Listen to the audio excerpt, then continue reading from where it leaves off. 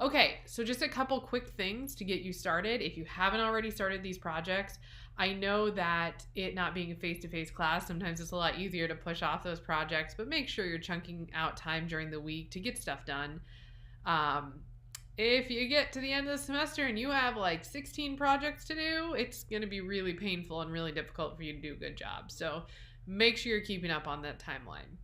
Wanted to show you again this week, if I can get my camera correct here. I have my controls. Again, I'm going to stick to Program Automatic, which is that P.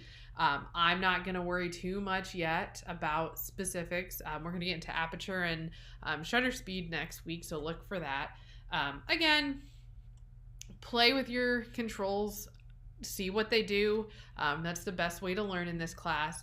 One thing I did want to show you is that when I turn my camera on, it's going to be difficult to see, but what I can do is originally, so this screen comes up on my camera, which is great. That's exactly what I want to see. If I hit this button again, and I take my lens cap off, it's going to take me to this screen. So again, my live view. I want to make sure I'm on the screen, the control screen right here. And for me, if I press this top right button, so for me, it's this button right here, this manual selection, this viewpoint is gonna come up. And what this is doing is this is letting me choose where my camera is going to focus. So if I don't want it to be automatic, which is usually what it defaults to, is just that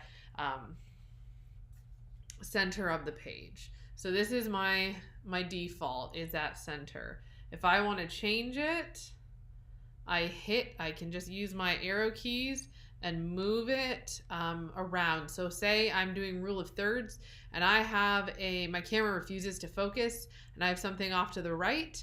I'm gonna move my piece off to the right so it's focusing in a different way. And what that is doing is it is telling our camera that instead of focusing in the center of the screen, or sorry, the center of the image, it's going to pick a different focus point. So when I have things off center that I want to be the clearest in the image, that's when I'm going to go ahead and change those. So if you have questions, let me know. Again, all cameras are going to be slightly different.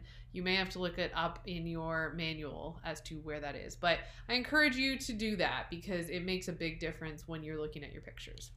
All right. Let me know what questions you have and make sure you're still working ahead.